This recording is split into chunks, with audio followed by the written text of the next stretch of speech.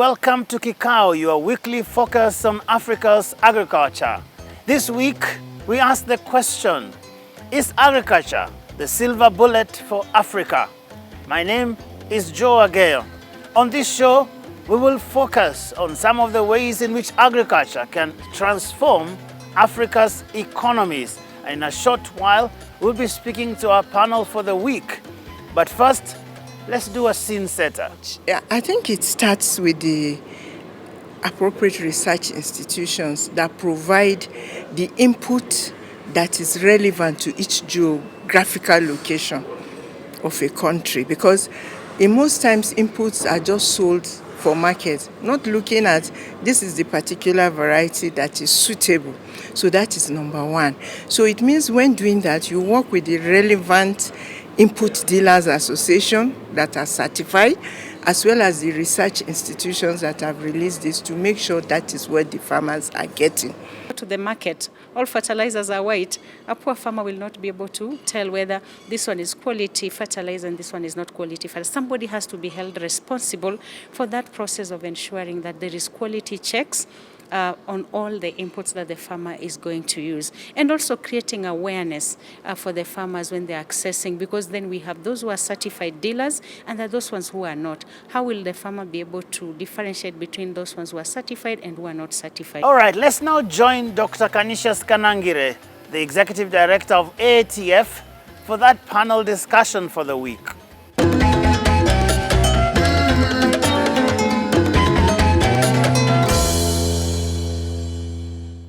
Africa still faces challenges in the production, distribution, and widespread use of basic agricultural input, including certified seed, fertilizers, and pesticides. Yet, for agriculture to prosper, farm inputs need to be available, affordable, accessible, and of good quality. Indeed, demonstration plots across Africa have shown that modern agricultural input, like improved seed and fertilizers, have the potential to increase yields. However, the use of low-quality agricultural inputs is still a major barrier to agricultural technology adoption in sub-Saharan Africa. This is made worse by the lack of adequate information on the quality of such input. Further, the prevalence of poor quality or counterfeit seeds and other input in the market continue to lower productivity among smallholder farmers in Africa. On this episode of Kikao series, we will discuss how to ensure farmers get quality input material for their crops and the impact this would have on Africa's food and nutrition security. I am your host, Dr. Canisius Kanangire, Executive Director of AATF, and my guests today are Dr. John McMurdy, Vice President, Innovation and Development at CropLife International, who is joining us virtually, Mr. Abed Mathagu, Program Officer, Regulatory Affairs at AATF, and Jacob Cheptaiwa, Deputy Director, Seed Certification at Kenya Plant Health Inspectorate Service, KEPHIS, Kenya. You're welcome, sirs. Tell me, how significant is the problem of low-quality inputs in the agricultural sector across the world, but also specifically here in Africa? It is true. The issue of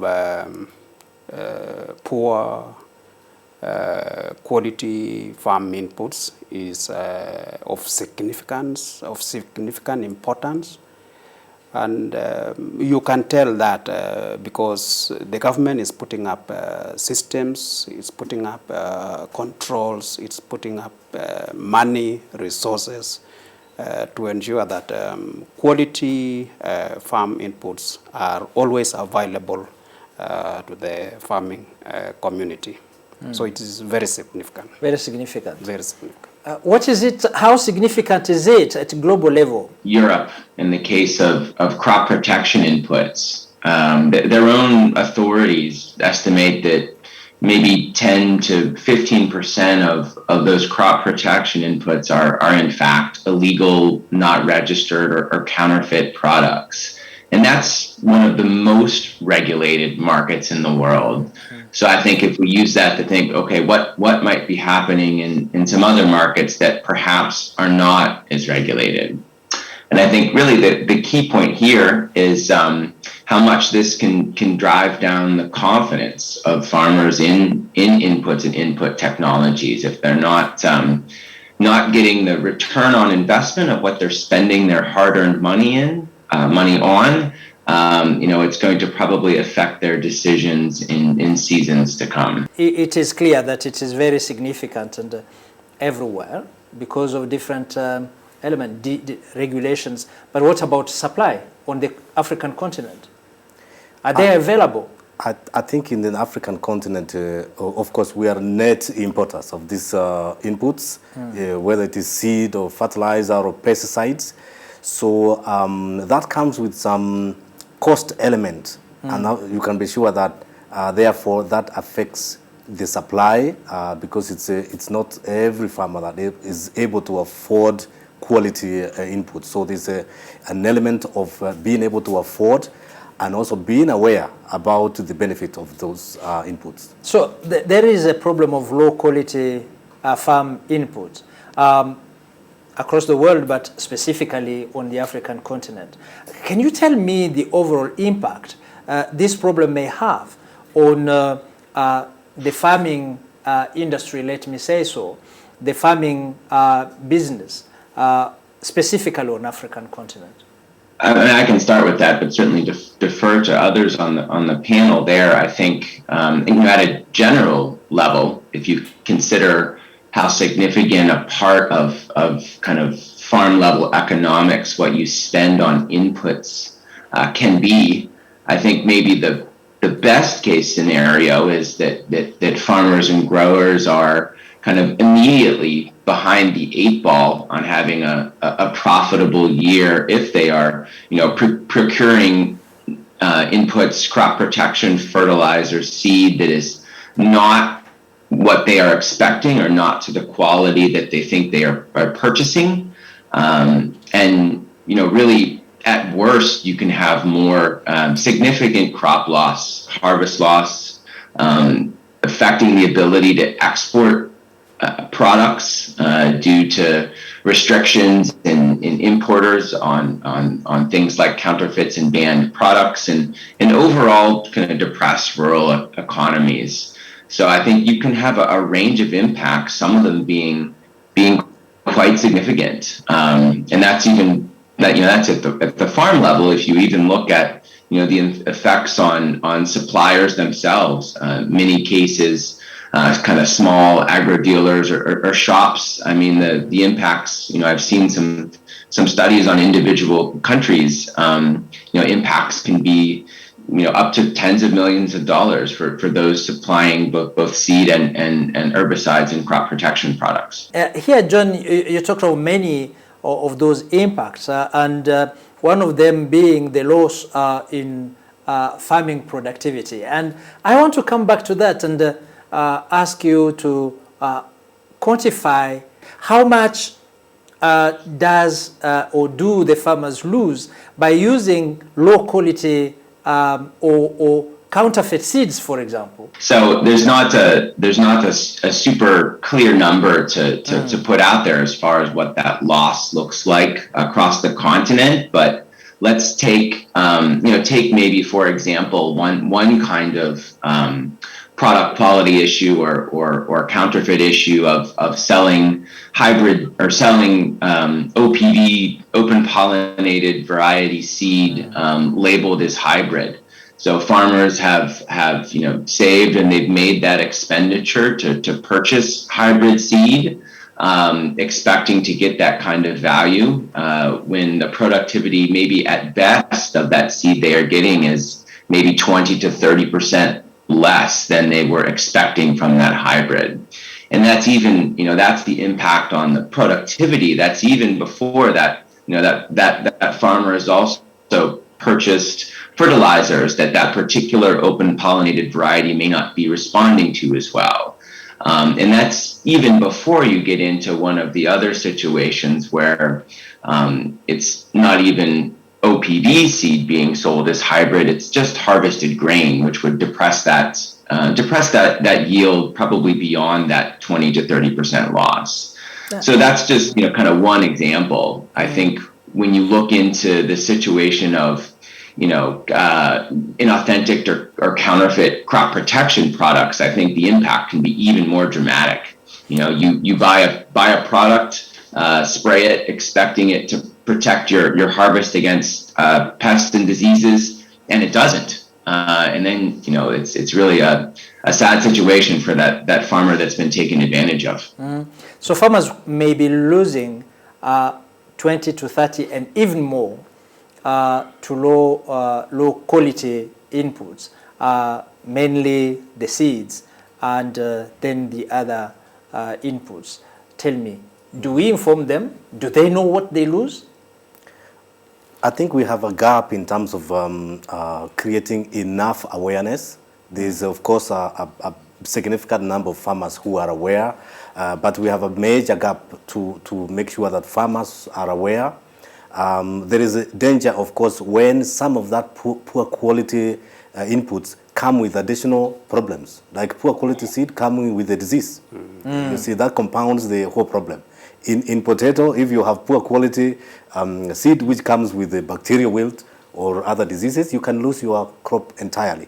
So there is some gap in terms of creating awareness. Maybe Jacob can allude to that. I know we have done in the past some kind of awareness, and you can see there is a gap in terms of creating more awareness with farmers.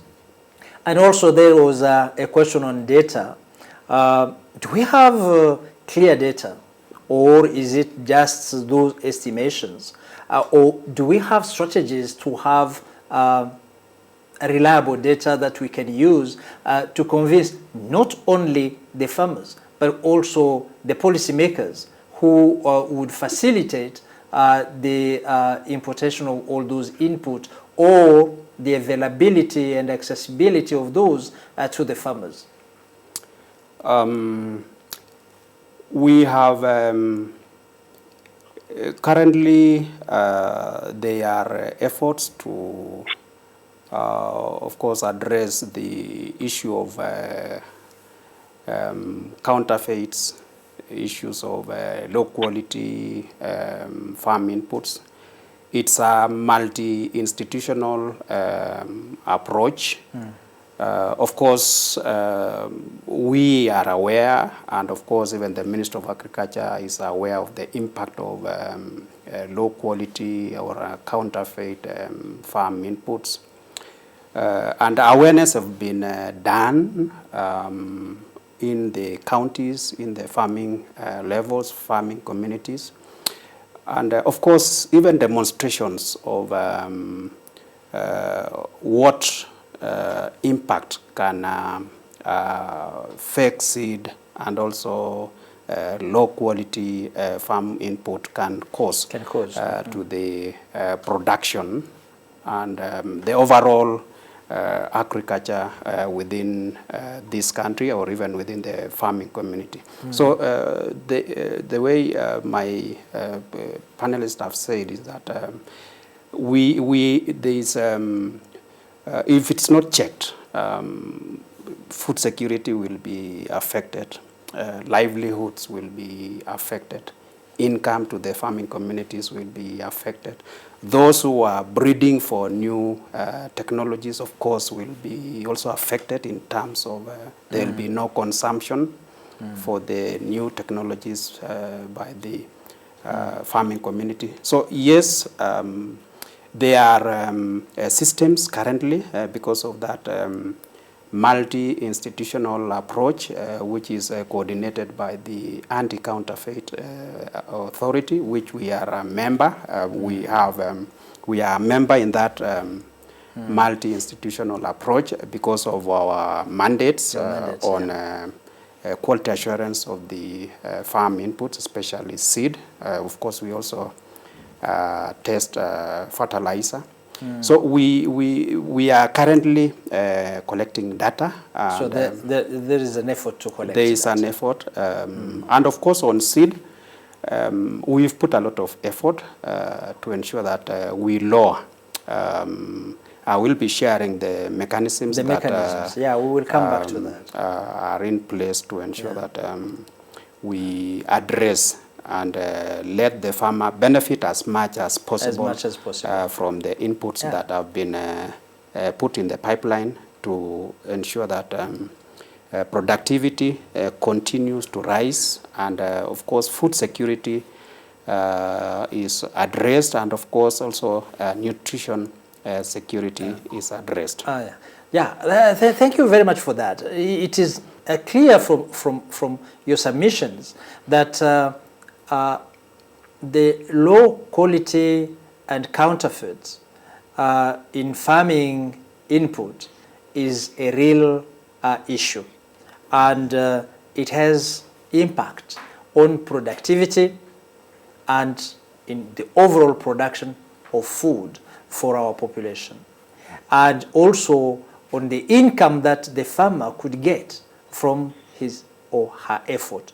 I think that is very key.